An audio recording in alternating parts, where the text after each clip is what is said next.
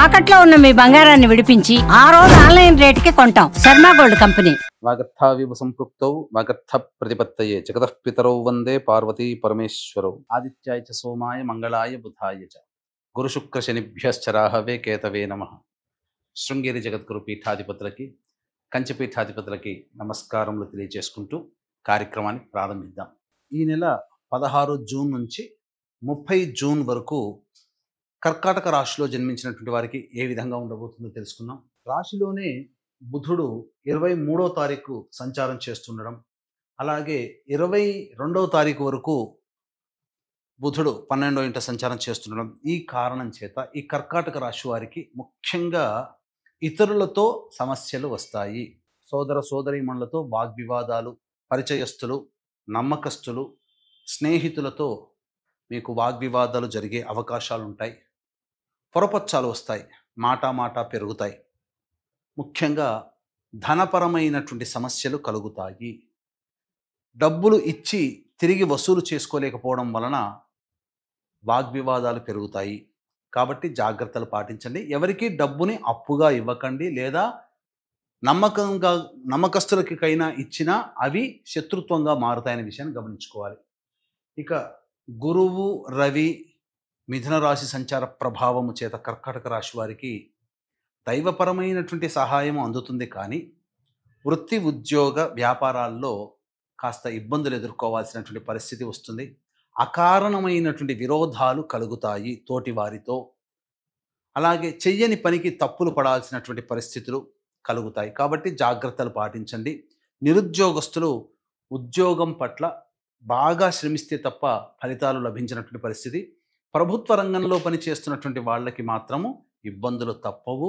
అలాగే ప్రభుత్వముతో లావాదేవీలు జరిపేటువంటి కాంట్రాక్టర్లకి సమస్యలు అధికమవుతాయి. బిల్స్ శాంక్షన్ కాకపోవడము, ధనపరమైన సమస్యలు అధికంగా ఉంటాయని చెప్పవచ్చు. ఇక కుజ కేతు గ్రహ సంచార ప్రభావము చేత మీ వాక్కు వలన ఎదుటి వాళ్ళు ఇబ్బందులు పడతారు.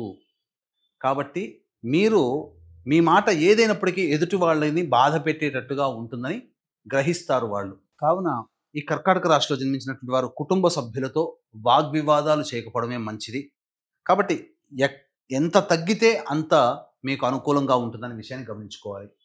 ఇక అష్టమ రాహువు కూడా అనుకూలంగా లేని పరిస్థితులు. కావున ప్రయాణాల్లో కావచ్చు, మామూలు రోజులైనా కావచ్చు, అనుకోని సమస్యలు, అనారోగ్య సమస్యలు వస్తాయి.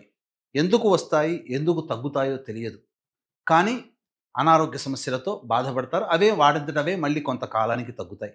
ఇది గమనించదగినటువంటిది.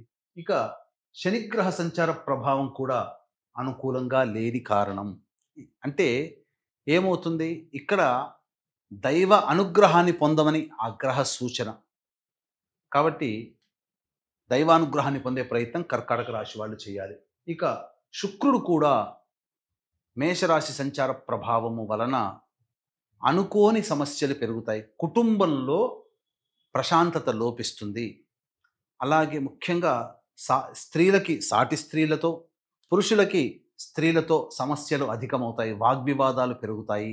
విలువైన ఆభరణాలు కొనాలనే ఉద్దేశం పేర నష్టపోతారు.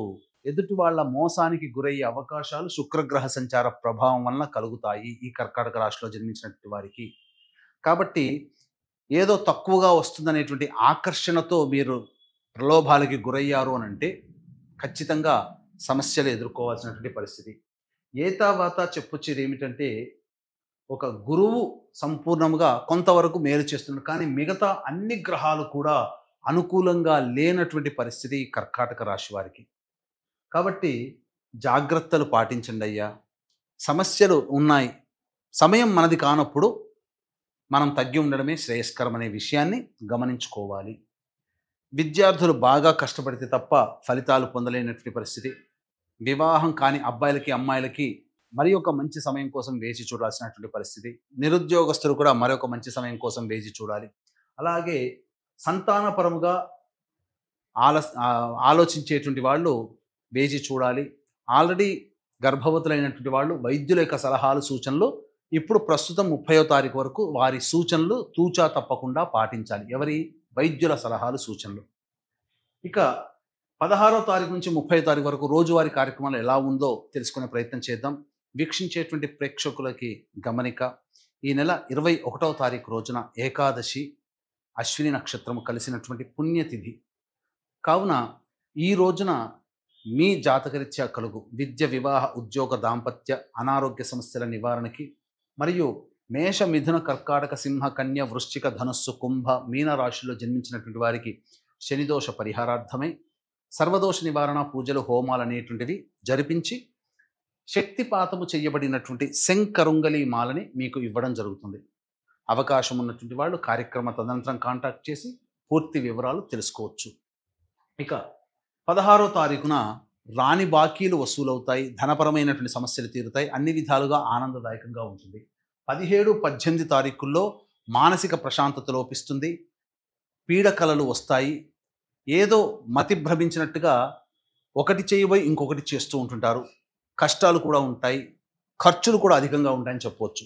19, 20వ తారీఖుల్లో సంతానం మూలకంగా ఖర్చుల సమస్యలు పెరుగుతాయి, విభేదాలు కూడా పెరుగుతాయి, ఖర్చులు కూడా పెరుగుతాయి. అలాగే ఆస్తి వివాదాలకు సంబంధించినటువంటి ప్రయత్నాలు ముందుకు సాగుతాయని చెప్పవచ్చు.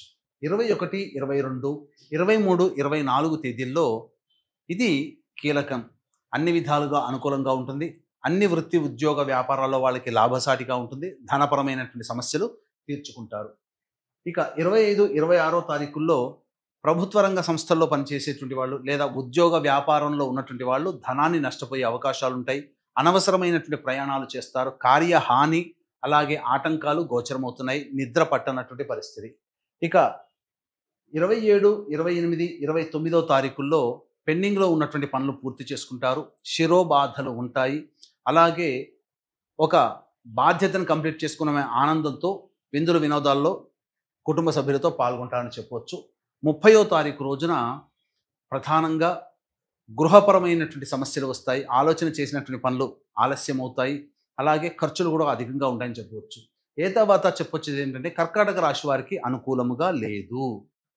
అలాగే ఈ కర్కాటక రాశిలో జన్మించినటువంటి వాళ్ళు సమస్యల పరిష్కారం కోసం ప్రతిరోజు నవగ్రహాల చుట్టూ శివాయ నమః అంటూ 27 ప్రదక్షిణలు చేసి శివాలయ సందర్శనం చేసుకున్నట్లయితే చాలా మటుకు సమస్యలు శాంతింపబడతాయి. ఇప్పుడు చెప్పినటువంటి సమస్యల కంటే ఇంకా సమస్యలు మిమ్మల్ని బాధిస్తుంటే దగ్గరలోనే మంచి ఉపాసనాపరులైనటువంటి జ్యోతిష్యులను సంప్రదించి వారి సలహాలు, సూచనలు కనుక పాటించినట్లయితే మరింత మెరుగైనటువంటి జీవితాన్ని పొందుతారని తెలియజేస్తూ సర్వం శ్రీ ఉమామహేశ్వర పరబ్రహ్మార్పణమస్తు.